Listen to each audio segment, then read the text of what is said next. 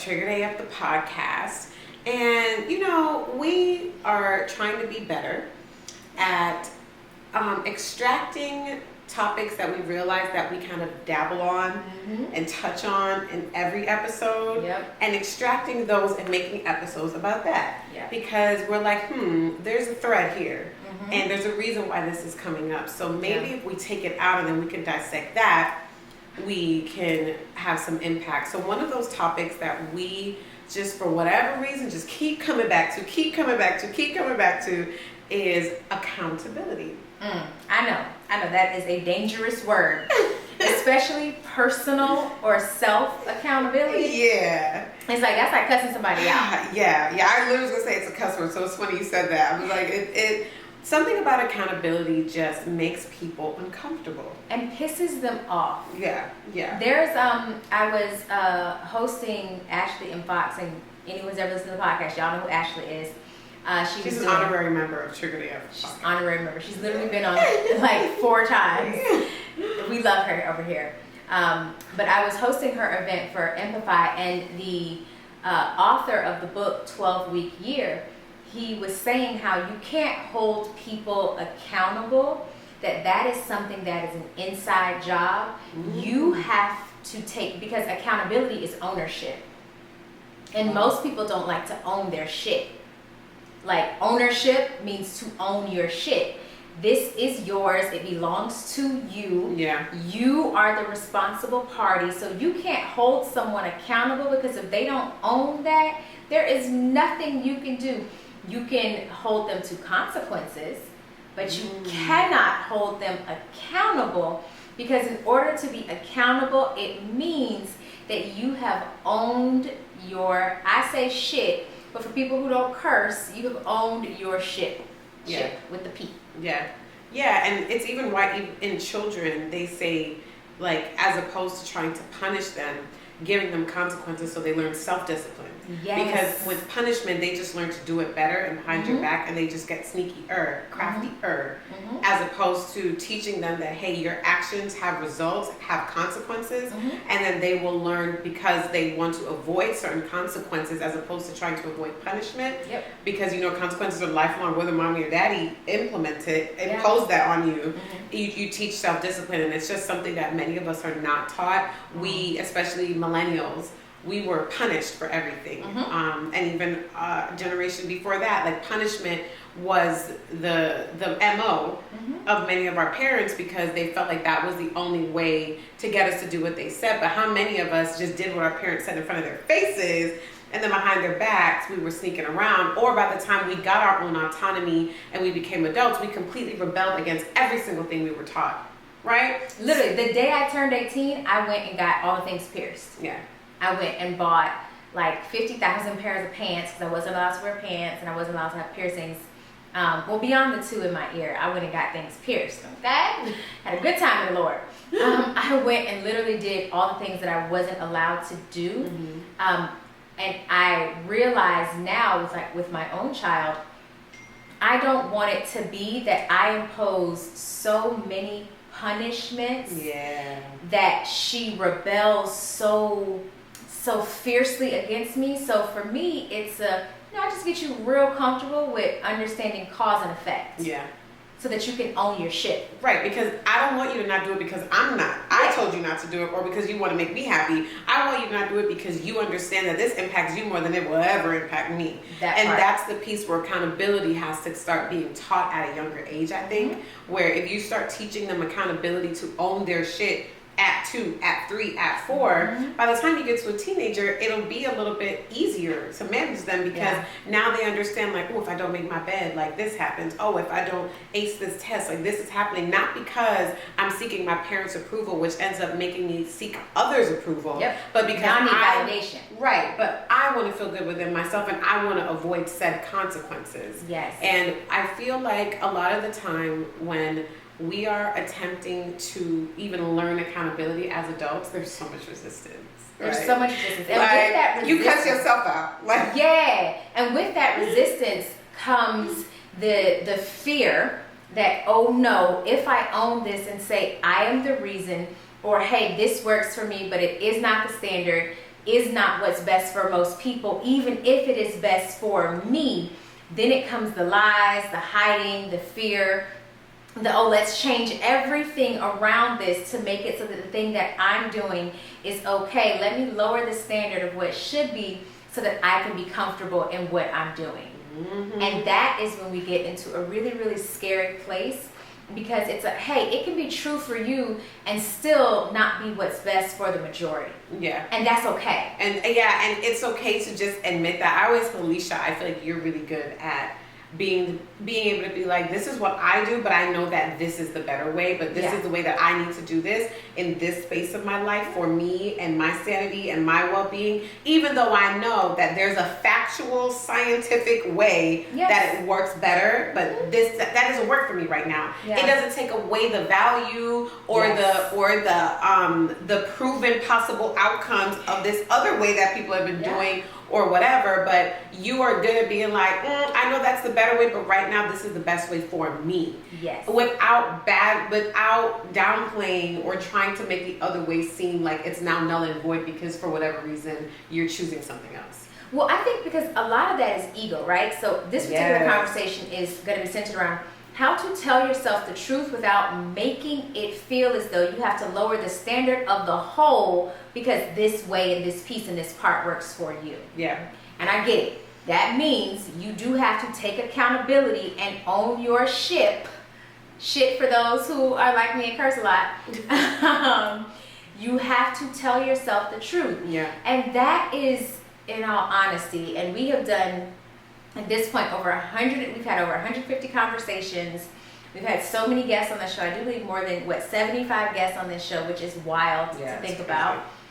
But at this point, if we don't get to the place and space to where we're telling ourselves the truth, the whole truth, and nothing but the truth, even if you only tell it to yourself, right? If we don't get to that place, then what we're going to do is accept the lower standard, the lesser option, make that now the lesser, make that now on par, or make it the status quo, and then now the people who you love who are coming after you will now always get the lesser. They don't get the most, they get the lesser. Yeah, because now you've decided that because this other way is too hard, or because it takes too much energy, or because it takes too much work, then I'm going to say that way is not necessary. It doesn't have to be like that. That way is too much. That way is too stressful for us. Why are we doing that? But then now we're seeing the repercussions of lowering the standard. And I think a perfect example of that is these children and and the technology and the iPads. Like, we all just need to be honest and say, hey, raising children is fucking hard, okay? And they are aggravating, and they are annoying, and they require a lot of attention and affection and attention and all the shuns that exist. The kids need it. And we have gotten to a space where, because we would rather not only be busy but distracted as opposed to dealing with them, we sit and we scroll on our phones and we give them something to sit and scroll on so that we can be left the fuck alone. Let's just say that. And that's okay if that's your truth. But don't be like, oh no, it's fine for them. Yeah, iPads are great for kids. Like, there's literal science, y'all, and y'all love the science. We learned in COVID that we all scientists and we love science, okay? So since we're all scientists, the science says that it is damaging these babies' brains. It's actually damaging their development. There are predictions that we will have an influx of addicts. We will have an influx of people who have social anxiety. We will have an increase in children that just do not know how to cope. So they'll turn to all kinds of drugs and all kinds of behaviors, because the way their brain is developing due to being so overstimulated since they were born, it's going to have negative impacts. We're seeing it now, okay? So you can't say that, oh yeah, like nothing's gonna happen, it's not a big deal. No, say, yeah, no, I don't want to talk to this kid every day. Okay, I don't want to do that. So because I want to do that, I'm going to sit an iPad in front of them, and I'm just going to deal with whatever fallout comes from that. As opposed to trying to say that there's nothing wrong with it and trying to shame people who maybe don't give their children iPads. Like, I went to something one time, and I am a mother that does try to regulate the use of the technology and just overstimulating my child. I didn't give Isabel any iPad. She didn't watch TV or anything until she was 18 months. So for me, I do try to be mindful. After 18 months, I started giving her a little bit more, started giving her iPad, but like I didn't really let her watch like movies and stuff like that. this is a personal choice for me. I don't care what you do. If you want your kid to watch TV 24 hours a day, that's on you. But I want to choose something different because I want a different result. I want a child that will speak around adults. I want a child that feels confident when they walk into a room to use their mind to engage with others. To like, I want that, right? So for me, one time I went to a little birthday party and they put on like a movie, and Isabel was at the party and she was like kind of like staring at the TV, kind of like, oh, like what is this, right? And one of the moms was like, oh, is she one of those no TV kids? I could tell. And I was like, yes, she is. And she's like, yeah, you can always tell when the kids don't watch TV because they're always like in a daze when they finally get to see it, like poor things like that. And I was just like, yeah, that's okay. I was just like, that's okay. She'll be able to have a conversation with me when she's 12, and I'm okay with that. You know, like that was my vibe where it was just like, yeah, I'm okay with her being in a daze today. Like that's okay. Yeah. For her brain to develop later so that when she does watch a movie, she will be able to like comprehend it and she'll be able to maybe talk to me about it after. Yeah, it's okay if she's in a daze and she doesn't get to watch movies right now. Yeah. Like just being okay. And then that's the other part about accountability is you have to learn to be accountable in the face of all the things that may be against you. Yes. You know what I mean? Because that's the thing. Yeah. All right, y'all. We know we're all survivors. I'm a survivor. You're a survivor. Our grandmothers are survivors. Our mama's a survivor. But what does your life look like when you move from surviving to thriving? Exactly. Because here's the thing.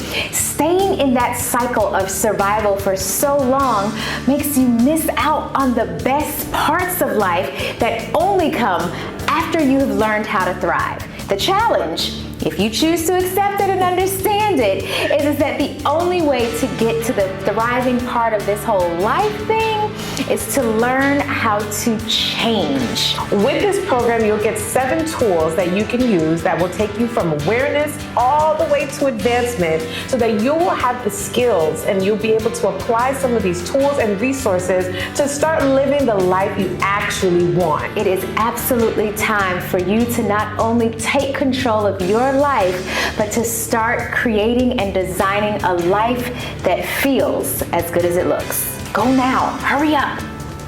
Go, go, go. That's where honestly sometimes that shame and embarrassment piece comes in. Yeah. And for me, because of how I grew up and because I am so rebellious, like I'm a rebel with or without just cause. Naturally, like just naturally, I'm like, I don't like that. That doesn't work for me. I don't want to do that. Yeah.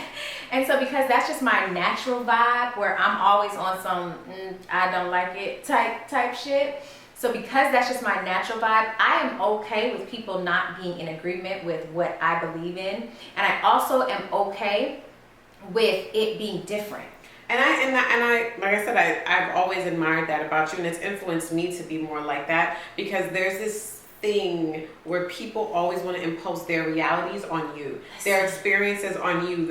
Wait till they get to this age, or wait till you experience that, or wait till your man does this because their man or their children or their parents did that, and everyone feels like their experience is the only experience that's possible. Your experience is not a monolith, okay? Like your experience was your experience to have, and is your experience similar to other people you may know? Maybe. Possibly. But what if that's just what you attract in your circle and who you're around? What if there's a whole nother experience to be had? Yeah. We talked about that on the episode about Black maternal health, where it's like there is another experience to have outside of a hospital or even in the hospital where you can advocate for yourself. So being mindful of when someone is obviously just rooted in fear based on their experiences, and they're using that to try to change your reality into something that they didn't experience because now this is your reality. Like you can't determine for me how my reality is going to pan out. Can you advise me? Can you caution me? Possibly. Can you tell me that, hey, this is a possibility and a reality that is out there floating around in the ethos?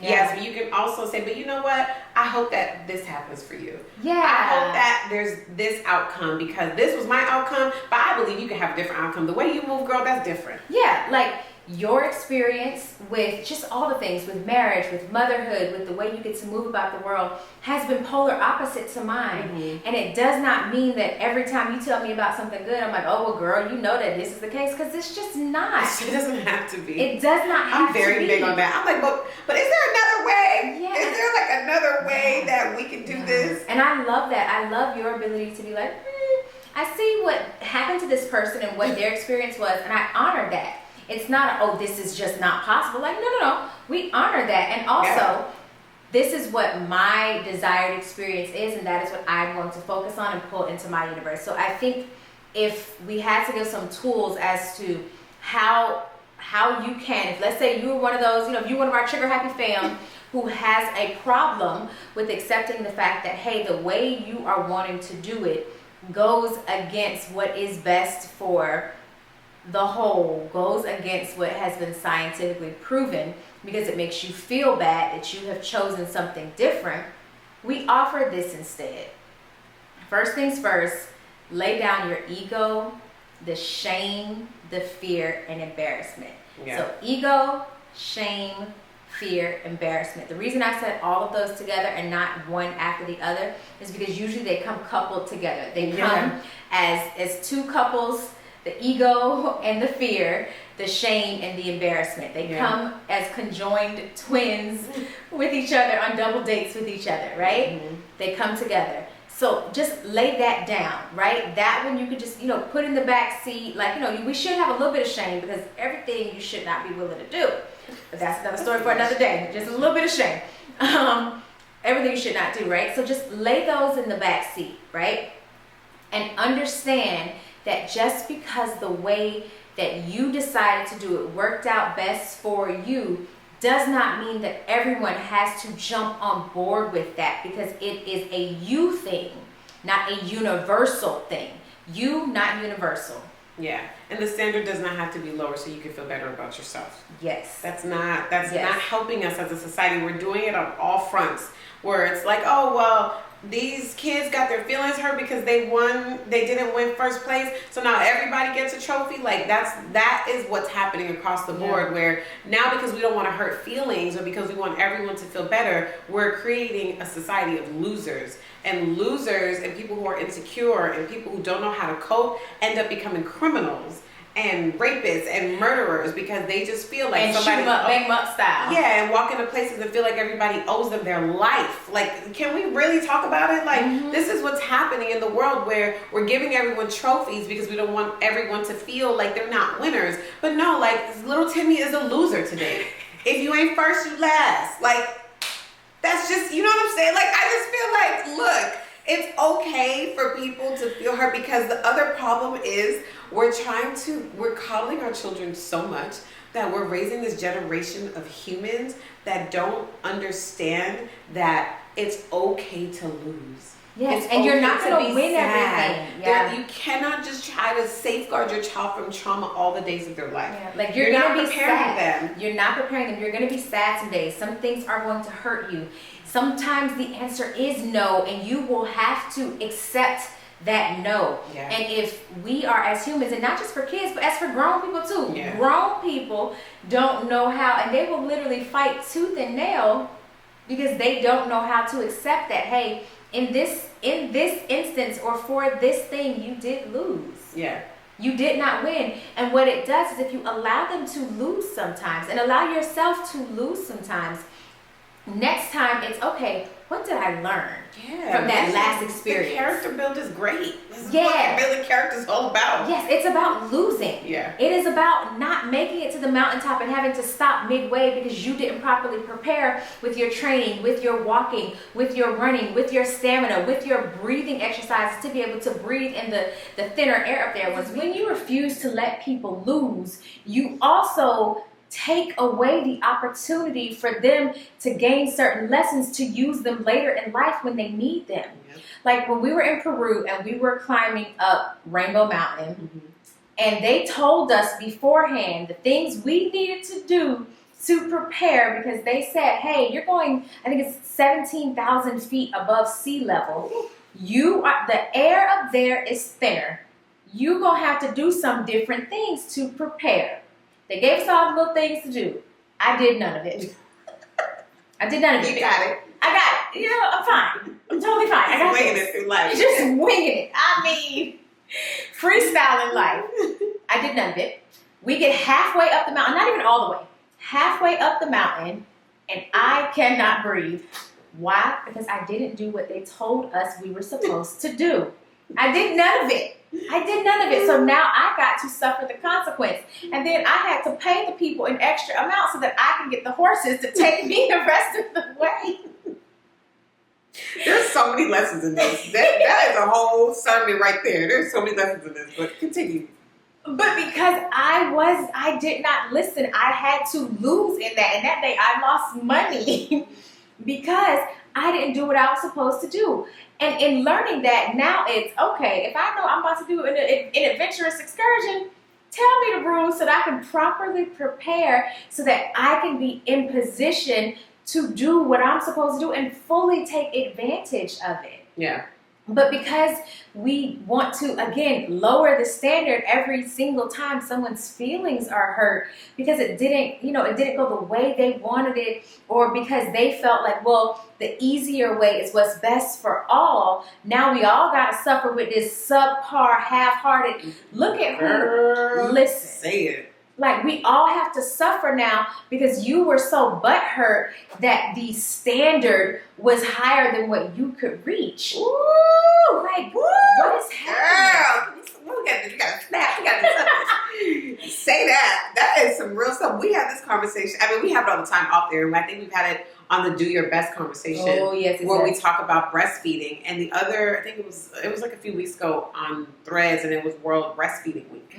And women were sharing their success stories about breastfeeding and how it helped and all the things. And it was like a thing to like uplift women who breastfeed. Yeah. And there were so many people, right? Nobody was saying anything about anything else. All they were saying was, hey, this was my journey with breastfeeding. Yeah. Happy breastfeeding week to all the mamas out there doing the damn thing. Yeah. And there were so many women under there talking about, well, fed is best, and I can never, and oh, that's not necessary. I did the best that I could do with my baby, and da da da da, and I didn't get to breastfeed, and it was just like, but we're not talking to you about you for you.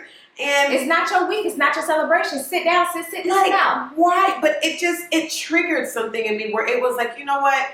What is this need to continuously lower the standard so that people who cannot reach it feel better? Like, it is pissing me off. Like, and we have a very, and we're a literal example of that with breastfeeding, where I am obviously an advocate for breastfeeding. I think breast is best.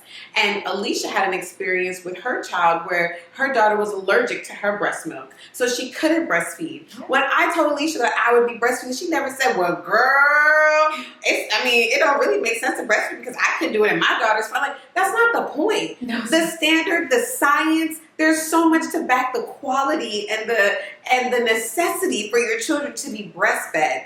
You have to understand that, hey, if you make a choice not to do that, then there can be other consequences. But it's also just your choice, and your choice doesn't have to make someone else's choice worse or bad. It's just two different choices. Is there a better best? Is there a good, better, best? Absolutely. As with most things in life. Yeah, but you have to make people feel like the way they're wanting to do things in an excellent way makes them, like, I'm telling you, that's why you got to put that, remember, that ego and that shame has to go in the back seat along with that embarrassment and that fear. Yeah. The ego and fear, those conjoined twins, and the embarrassment and the shame. Both of those conjoined twins have to go in the back seat because it's ego that makes people feel like, well, breast is best, yes, but for me, I had to go back to work. There's nothing wrong with that, babes.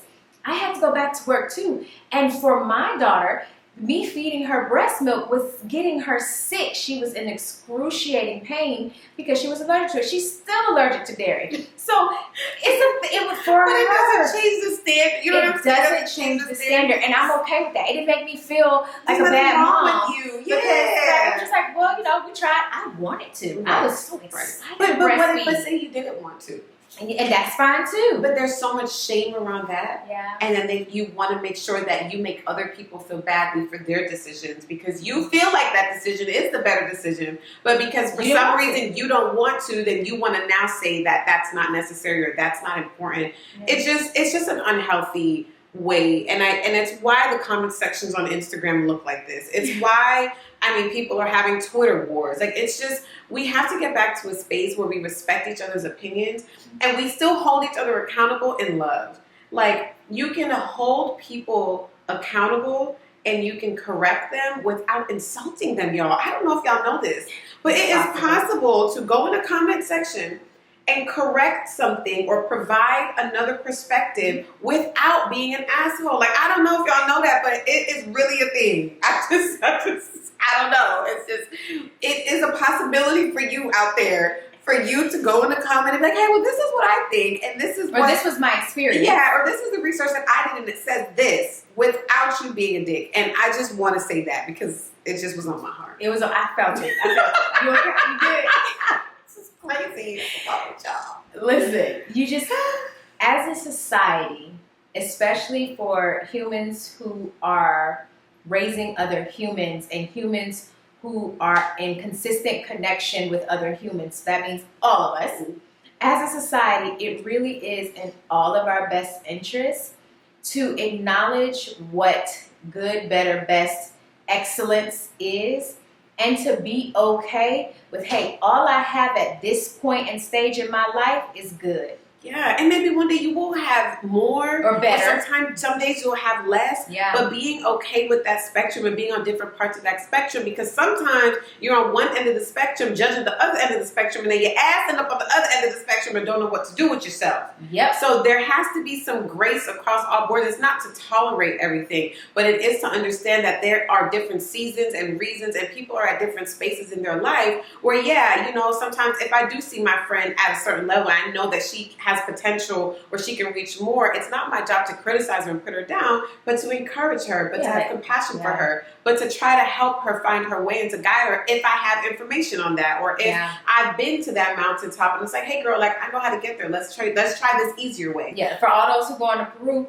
follow the rules and tell you, and you plan on going up Rainbow Mountain, just follow the rules. You know, that just know you are going to need you a little oxygen pack unless you're used to breathing at those high altitudes, because the air up there is different. Yeah. And that's okay. It is absolutely okay to say, hey, right now I don't even have good. Right now I have mediocre. Yeah. Mediocre at best. I'm tired, I'm exhausted, I'm overworked, or I'm overwhelmed, and I cannot operate in this space right now. Understand that it is absolutely okay to say, hey, at this stage in my life, I only have the energy for mediocre.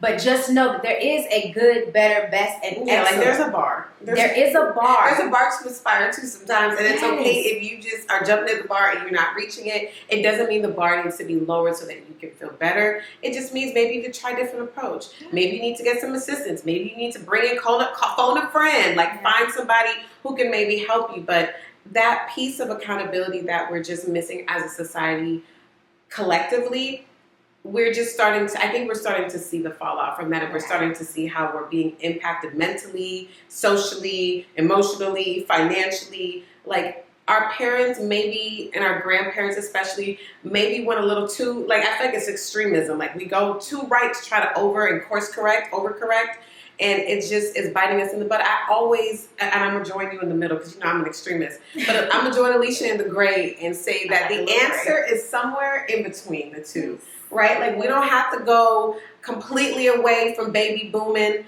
and what's the other generation? Generation X? No, the one before, and millennials. What's that? Generation X, right? X, you're right, it is Generation X. We don't have to go completely away from them, but we don't have to go all the way to the other side because we're missing the goodness in the middle. We're throwing I hate this term, but we're throwing the baby out with the bathwater, you know? And the reason why they did that is because, do you know why they did that? No. Okay, well, I'll say it really quick. The reason why they say that, and it's actually kind of deep when you think about it, but the reason why they did that is because back in the day, everyone can take baths. And everybody would share the same bath water. Yeah. And because they would all share the same bath water, by the time it was time for the baby to bathe, the water was so dark and filled with dirt that they would sometimes toss out the water and the baby would be in it. Oh my God. So they would throw the baby out with the bath water. That is disgusting. I learned something. Just a fun fact to take home. But we just want this to be, and you know we're really big on our tools, so we don't want it to be a situation where we're just telling you what's wrong with you. We want you to be able to move through this. So Alicia said that one of the main things is to get rid of that shame, the ego, or go ahead. Yes, get rid of shame and embarrassment. Mm-hmm. Those are conjoined twins. And then ego and fear. Just put them in the back seat because they can't help you with this. Yeah. That's number one. Number 2 is to recognize that the level that you're at is not the level that you have to stay at if you want something better or if you want more. It is absolutely okay to understand that you can go higher. Yeah. And it does, this is number 3. I need y'all to hear me good. So just, put your hands together, listen real good, open your heart, open your mind, open your ears. It is okay that if the way that worked for you is not the standard, is not the proven strategy, and is not the way that should be done to get the types of results they want. It is okay that you chose a different path. And in choosing that different path, it does not mean that the standard has to be lowered to make you feel better. And as a bonus, we like to tell you to tell yourself the goddamn truth. Okay? Every time. All the time, in the midnight hour, in the morning. Yeah. Tell yourself the truth so that you can show up as your best self. Regardless of maybe if that's not the best version that you'll ever be. Mm-hmm. Sometimes it's just like, hey, I'm going to tell myself the truth, and this truth kind of hurts my feelings, or this truth is kind of ugly, or this truth makes me feel uncomfortable. But now we know it's there, and we can do something about it. Yes. And in that sense, you won't keep going around bleeding on everybody, trying to kind of keep yourself together, really, when you're just like bursting at the seams with all the things that you really need to be dealing with. Yeah. I just want to encourage all of us to continue to look ourselves in the mirror, have honest conversations with ourselves, with our friends, with our loved ones, with our therapists, so that we can start moving through some of this shit, so we don't have to keep dealing with it, so that we can live our best lives. Like, that's what this is all about. Just living our best, fabulous lives, all healed and fine and chocolate and that's what this is all about. Yes. And you cannot do that without taking accountability. You cannot do that without being honest with where you're at, so you can get to where you really want to go. Absolutely. We want you to become your favorite version of yourself. Yeah. We want you to have that experience, but you cannot have that if you refuse to be accountable and request that everyone lower the bar because you can't meet the standard. Ooh. It's okay. On that note, we are going to bid you adieu. I know this conversation might have been a little spicy, okay? But if it stung a little bit, then I need you to share it with somebody else, because then that means you needed to hear it and they need to hear it too, because it's only lonely at the top if you take no one with you. You can have a circle and a community and a tribe of healed or healing, because there's always more to do. Ooh, God, so of healing. It's never ending. It's never ending. Of women and men and humans who are joining in concert with you to each become your best selves. But you cannot do that if you always hide the tools. I'm not saying force them to try and heal and grow with you, but give them opportunities. Give them the same information that you're listening to. So I'm charging you to share this with 2 people. Okay? Share it with 2 people who you know may need to hear it or may need a little bit of help, because the goal is for us all to come and grow together, because I don't want to be at the top by myself. Well, I'm coming with you. Exactly. I mean, she gonna be here. So we don't want to be at the top by ourselves. We want y'all to come with us. So stay connected with us everywhere at Triggered AFPC. You can stay connected with me at Alicia Reese. It's spelled very special. My parents knew I would be unique. ALECHIA, last name Reese, REESE. And for all things Triggered, go to triggeredafpodcast.com. And because we also want you to get some good nuggets for change, and also to find out where we're going next, triggeredafevents.com. You can stay connected with me at the Danny Bordeaux. Bordeaux is BOURDEAU. We hope this episode blessed you. Maybe it convicted you a little bit, but we hope that it helps. This is all about us coming together and healing together as a community, as a people. And if you love this episode, like Lisa said, let's share. Let's get this information out. We love you. Thanks for listening. See you next time. Bye.